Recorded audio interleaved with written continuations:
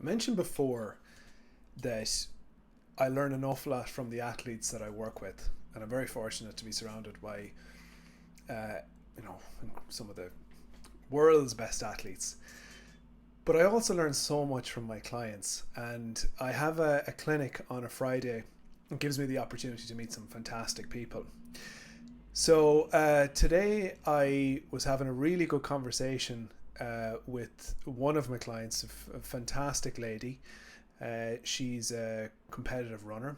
She's a family woman, but she said that over the last couple of months that she's had some challenging periods, and in particular, she found that January was tough.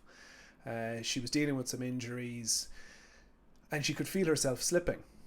And she could feel herself from a mental energy or from a positivity perspective. She could feel herself slipping, and she could also get a sense that she wasn't as consistent with the things that we talked about that she needed to be consistent with her exercise, her nutrition, her sleep.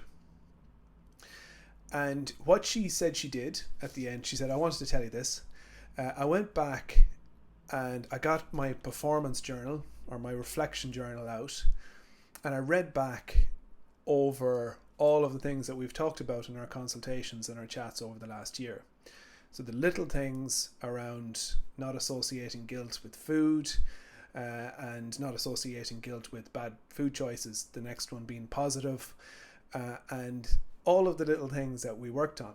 And she said, this is what she said. She said, when I found myself slipping, my habits slipping, I read back on all of the things that we had discussed, and I realized I was being far too hard on myself. And I could see, because it was written, all the progress that I've made with my habits, with my consistency, and really how much I've improved. And it gave me a sense of control again. And it pulled me back. It gave me a sense of perspective.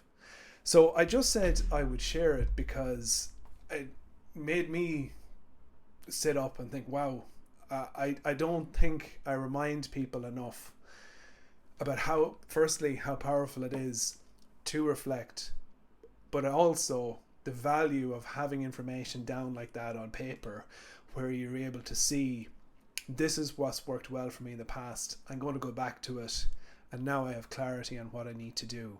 It is as powerful for your planning and for your mental health as it is for your physical. So just that I'd share that this Friday morning.